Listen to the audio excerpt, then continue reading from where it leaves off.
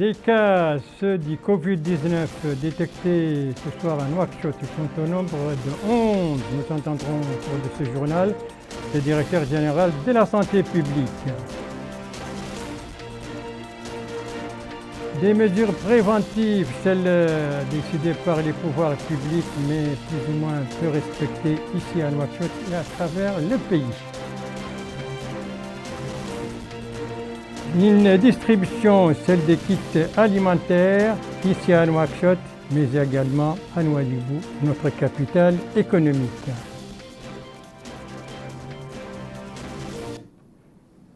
Et n'oubliez pas, s'il vous plaît, les mesures, les gestes barrières très efficaces face au coronavirus. Voilà pour les principaux titres de votre journal. Et c'est parti, madame, mademoiselle, messieurs, bonsoir. Et bienvenue à votre 21h, à votre 22h, je n'y habitue pas, à votre 22h, en ce samedi 23 Ramadan 1441, ce qui correspond au 16 mai 2020. En 22h que nous commençons par la diplomatie avec ce message de félicitations adressé par le président de la République au roi de la Norvège à l'occasion de la fête nationale de son pays. Dans ce message, M. Mohamed Ould Cheikh Al-Ghazouani réitère à Sa Majesté Harald V sa volonté de continuer d'œuvrer pour le renforcement et le développement des relations de coopération existant entre nos deux pays dans l'intérêt de deux peuples amis.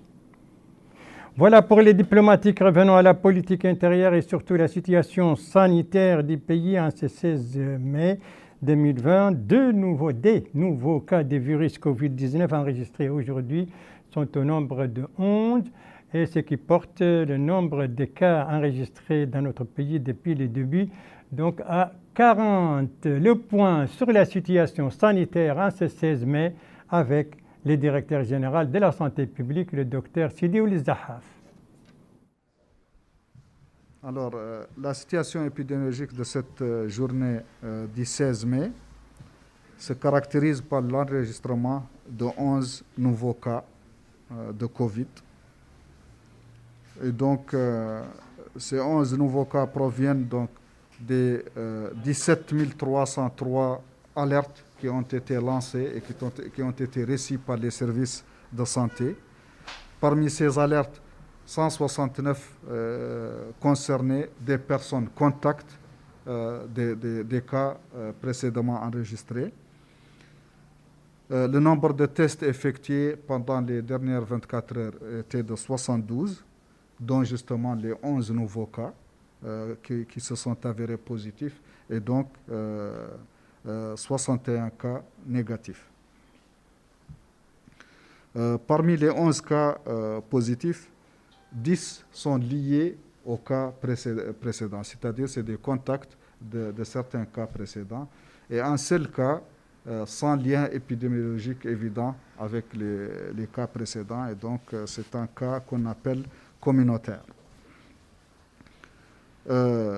Maintenant, par rapport à la prise en charge, le centre de prise en charge compte aujourd'hui 29 personnes infectées. Parmi elles, 28 personnes asymptomatiques, ça veut dire qu'ils n'ont pas de symptômes, elles n'ont pas besoin de soins particuliers. Une personne seulement a eu besoin d'oxygénation aujourd'hui, et actuellement elle a une respiration indépendante de l'oxygène, et donc elle n'a plus de problème. Et malheureusement, on a enregistré un décès au cours de la journée d'aujourd'hui. C'est ça la situation de la journée de ce 16 mai, et donc qui porte le nombre de cas au total enregistrés dans le pays depuis le début de l'épidémie, qui le porte à 40. Donc le nombre de cas est de 40 enregistrés dans le pays. 7 cas importés, 14 cas communautaires, donc ça veut dire sans lien épidémiologique avec les cas enregistrés, et 19 cas contacts, c'est-à-dire c'est des personnes qui étaient en contact avec des cas connus. Et donc jusqu'à présent, les services de prise en charge se sont occupés de 33 malades, dont 28 sont aujourd'hui dans le centre de prise en charge et sont asymptomatiques. Une personne aujourd'hui encore dans le centre qui a eu besoin d'oxygène au cours de la journée. Et donc, on a utilisé l'appareil d'oxygénation, mais actuellement, elle respire normalement et n'a plus besoin de cette oxygénation. Et en tout, le nombre de cas compliqués qu'on a connus, qui est de 4 et qui ont abouti à des décès depuis le début de l'épidémie. Donc, en conclusion, la journée d'aujourd'hui se caractérise par 11 nouveaux cas qui ont été transférés vers le site de prise en charge et qui sont dans la plupart, la quasi-majorité asymptomatiques, sans besoin de traitement spécifique. Une personne d'entre elles a eu des difficultés respiratoires et a, à un certain moment, eu recours à l'oxygénation. Voilà la situation de la journée d'aujourd'hui. Voilà, le directeur général de la santé publique à propos de la situation épidémiologique du pays en cette journée du 16 mai 2020, donc qui est caractérisée par 40 cas en tout depuis le début, donc depuis les premiers cas. 40 cas dont 11 ont été donc détectés aujourd'hui ici à Nouakchott. Et ajouté à cela, donc un décès d'une femme âgée ce soir, c'est ce qu'annoncent des sources du ministère de la Santé, donc décès intervenu ce soir, ce qui porte à 4 le nombre de décès en Mauritanie à la suite de ce virus Corona. Un virus qui s'est invité également même sur l'aspect religieux au cours de la conférence quotidienne dans le cadre de l'animation du mois béni du Ramadan, la conférence d'hier qui s'est tenue comme celles qui l'ont précédée dans la mosquée de la radio Saint-Coran. Alors, qui était le conférencier et quels étaient les thèmes de cette conférence? Élément de réponse avec Aminata Khan. Les rites et valeurs du Hajj, tel est le thème de cette conférence animée dans la mosquée de Radio Coran dans le cadre des activités du mois béni du Ramadan. Dans sa présentation, l'érudit Al-Yedali ou l'Ahmed Cher a précisé que le pèlerinage constitue une obligation religieuse et son exercice se fait quand il n'engendre aucune peine ou risque pour la santé de l'individu. Ajoutons que la pandémie du Covid-19 que connaît le monde constitue un empêchement justifié et accepté par notre sainte religion d'islam. L'érudit El-Yedali ou le Cheikh Ahmed a mis en garde contre certaines pratiques qui faussent le Hajj comme l'endettement ou la mendicité. Voilà, pour la conférence quotidienne dans le cadre de l'animation de ce mois béni du Ramadan, c'était donc la conférence d'hier. Et en revanche, la prière de vendredi, vous savez qu'elle a été suspendue ces derniers jours, donc à la suite des derniers développements du Covid-19 dans notre pays. En revanche, d'autres allègements sont toujours maintenus malgré le développement de cette situation. Parmi ces allègements, c'est du couvre-feu qui a été allégé, vous le savez, de 2 heures, je le rappelle, de 23 heures donc à 6 heures du matin. Un couvre-feu, comme vous allez le voir ici à Nouakchott, qui n'a pas été tout le temps respecté par les citoyens, comme l'a constaté Mohamed El Mimekar. Des rues animées bien au-delà de l'heure d'entrée en vigueur du couvre-feu. Des jeunes gens en groupe se dandinant sur la chaussée, d'autres plus âgés exerçant du footing ou de la marche selon leur aptitude physique, et un va-et-vient interminable de véhicules dont le rugissement des moteurs rompt le silence de la nuit. Tout ce monde semble ou fait semblant d'avoir oublié que le couvre-feu débute à 23 heures. Ces derniers temps, les citoyens mauritaniens semblent d'ailleurs avoir lâché du lest dans le respect des mesures de prévention contre la propagation de la pandémie du Covid-19. Sur ces images, rares sont les personnes qui portent un masque et moins encore ceux qui respectent la distanciation sociale d'1 mètre au moins.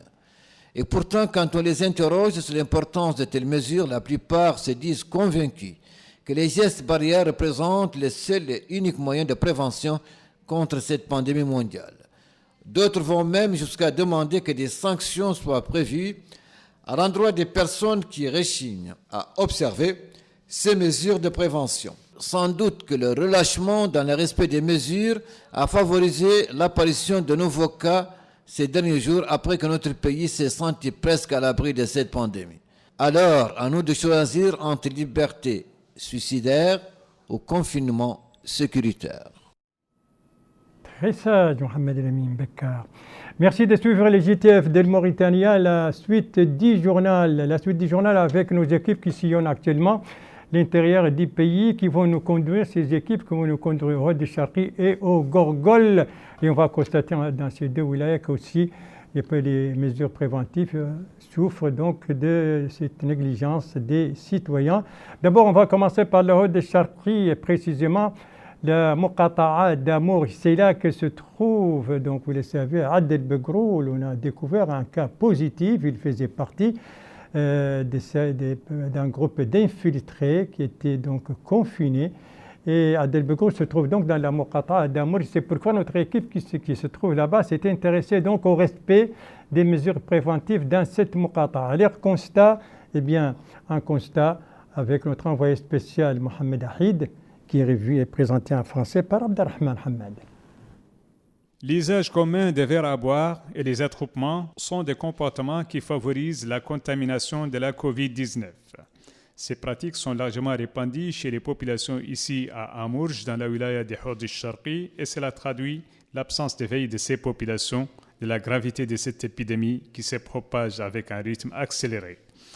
Pour changer ce comportement nuisible à la santé des populations, notamment au cours de cette période exceptionnelle, des initiatives locales s'activent actuellement dans des campagnes de sensibilisation pour éveiller les populations sur la dangerosité du coronavirus et la nécessité de se conformer aux recommandations des pouvoirs publics relatives aux mesures préventives pour s'en prémunir. Ces initiatives appellent à intensifier les campagnes de sensibilisation et à renforcer les gestes barrières, notamment les contrôles des frontières pour endiguer cette pandémie.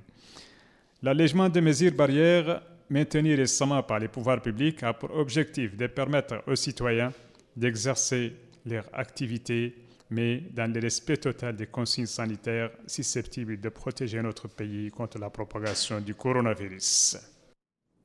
Voilà, ici c'était donc la Muqata'a d'Amourj. Nous restons un instant dans cette wilaya de Hod al-Sharqi. Notre prochaine étape, c'est Timbedra. Là aussi, les mesures préventives, c'est pas mieux qu'à Amourj. C'est ce qu'a constaté notre envoyé spécial Abdallah Issouvi, dont le reportage est revient en français par Aminata Khan.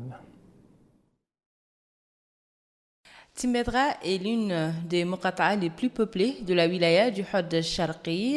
Cette ville frontalière avec le Mali abrite un grand marché qui est régulièrement fréquenté par ses habitants. Cependant, en cette période où la pandémie du Covid-19 sévit dans le pays, les habitants ne respectent aucune des mesures barrières comme la distanciation de 2 mètres et le port du masque, et semble plus soucieux des infiltrations. C'est ce que nous confirme ce natif de Timbedra qui a indiqué que les forces de l'ordre doivent redoubler de vigilance car les infiltrations sont presque quotidiennes. Même son de cloche pour cet autre habitant qui a indiqué que la pandémie est réelle mais que les frontières mauritano-maliennes sont très difficiles à surveiller. Ici, à titre d'exemple, la frontière d'Adel Begroul avec le Mali, de Boustaïla avec le Mali et de Djigeni. Cette dame demande de l'aide au gouvernement et affirme que quotidiennement des personnes s'infiltrent dans le pays par Boustaïla qui est seulement à 7 km du Mali. Nous sommes allés à la rencontre des autorités locales pour plus d'explications sur l'irrespect des mesures barrières que les populations n'arrivent pas à observer, mais également sur les infiltrations. Ce cadre a déclaré que 5 personnes ont été arrêtées pour infiltration. Il a en outre indiqué que les campagnes de sensibilisation ont été effectuées dans tous les coins et recoins de la ville, mais que les habitants n'arrivent toujours pas à respecter les mesures barrières. Voilà donc pour ces mesures préventives et les respects, non-respect par les citoyens dans ces deux muqata'a du Hod Sharqi, à savoir Amouj et Timbedra. Nous quittons le Hod Sharqi pour le Gorgol et toujours à la recherche de ce respect des mesures préventives. Et une de nos équipes qui était là-bas, eh bien, s'est intéressée au marché de la capitale du Gorgol, Kaïdi, un marché qui connaît une affluence et une effervescence durant ces derniers jours du mois béni du Ramadan et surtout dans la perspective de la fête d'El Fatar. C'est un compte-rendu de l'un de nos envoyés spéciaux, Cheikh Al-Hamidi, dont le compte-rendu est revu et présenté en français par Abdelrahman Hamad. Malgré des campagnes de sensibilisation lancées par les pouvoirs publics depuis l'apparition du premier cas du coronavirus il y a quelques semaines, les usagers du marché principal des Kaïdi ne semblent pas conscients de la gravité de cette épidémie mondiale. Ici, les gens exercent leurs activités habituelles sans aucune vigilance ou respect des mesures préventives recommandées, notamment le port des masques, la distanciation sociale ou encore l'autoconfinement. Une situation dénoncée par certains citoyens qui tirent la sonnette d'alarme et demandent l'intervention des pouvoirs publics pour imposer le respect des mesures préventives contre le coronavirus. Au niveau des Kaïdi, les produits alimentaires sont disponibles avec des quantités suffisantes et les prix restent les mêmes sans aucune augmentation.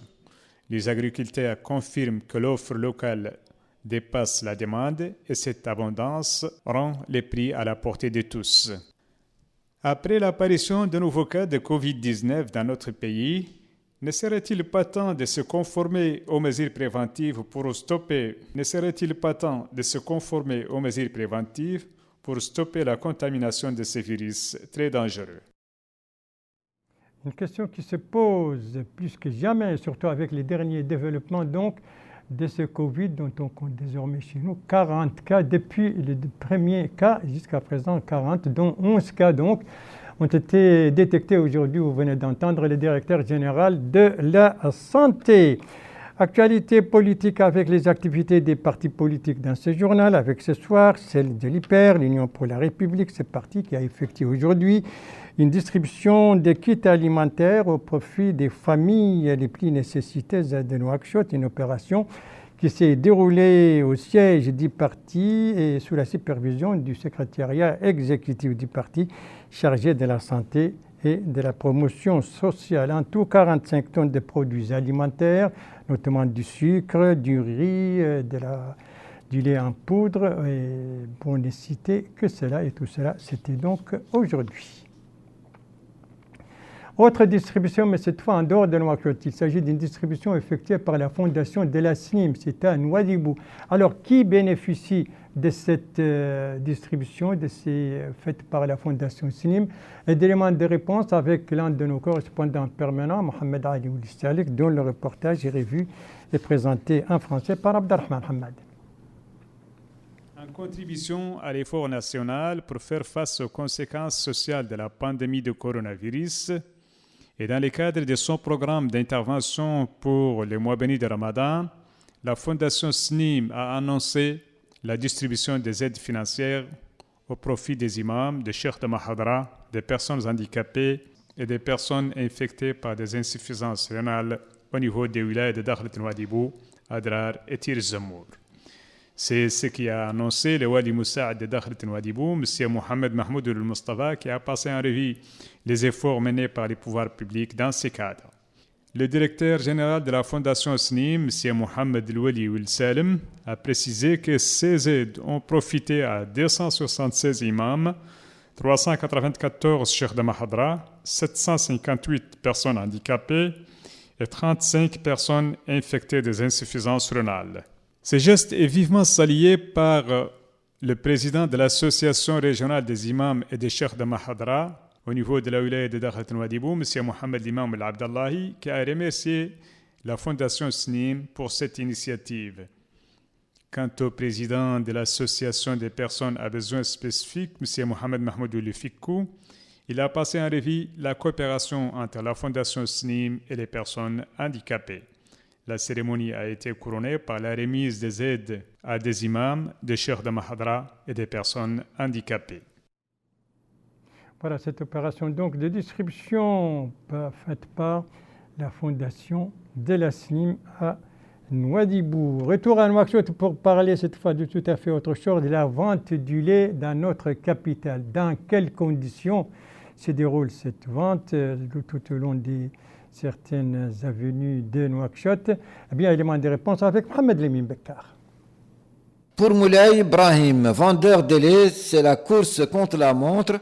Assis à même le sol sur le trottoir d'une avenue de Nouakchott, il espère écouler son produit avant l'entrée en vigueur du couvre-feu.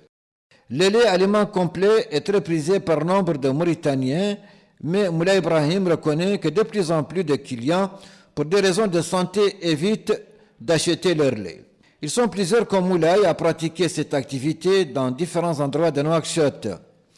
Pendant le ramadan, dit ce vendeur, plusieurs variétés de lait sont préparées selon le goût des clients. Il y a ceux, dit-il, qui aiment le lait caillé, d'autres le préfèrent frais ou semi-caillé.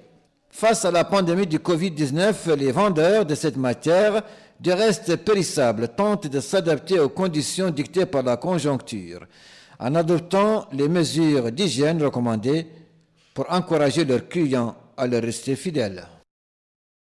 Parmi les clients, bien sûr, Mohamed Lemine Bekkar. Voilà, ce journal est à présent terminé. Merci à vous, madame, mademoiselle, monsieur, de l'avoir suivi. Merci bien entendu aux équipes rédaction et techniques qui ont participé à sa conception. Je vous en rappelle les principales informations.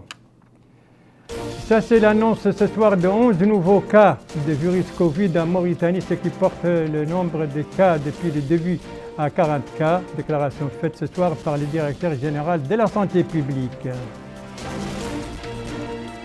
Ici, ce sont des mesures préventives, le couvre-feu et autres qui montrent le non-respect par les citoyens de ces mesures préventives, malgré donc le développement du Covid-19. Et ici, c'est la distribution des kits alimentaires, ici à Nouakchott, mais également à Nouadhibou, notre capitale économique. Voilà, les JTF reviendra demain à 22h et vous serez en compagnie selon le planning des services, vous serez en compagnie de Ndaï Saou Sidi. Quant à moi, il ne me reste plus qu'à vous souhaiter une très bonne fin de soirée, une très bonne fin de semaine, un très bon jeûne du mois béni du Ramadan, tout en vous rappelant les gestes barrières, à savoir restez chez vous, à savoir lavez-vous les mains régulièrement avec du savon et de l'eau, et à savoir donc mettre, si vous sortez, le cache-nez ou si vous voulez le masque, à savoir respecter la distance réglementaire, à savoir au moins 1 mètre, à savoir aussi respecter les mesures préventives, le couvre-feu, la fermeture des frontières et bien entendu informer de toute infiltration, de toute personne nouvelle dans le quartier. Ce sont des gestes qui dépendent de chacun de nous, je le répète et je ne cesserai jamais de le répéter, des gestes qui dépendent de nous, des gestes qui permettent de sauver des vies. Alors, prenez soin de vous pour vous protéger, pour protéger les autres, pour nous protéger tous. Excellente fin de soirée à toutes et à tous. Bonsoir.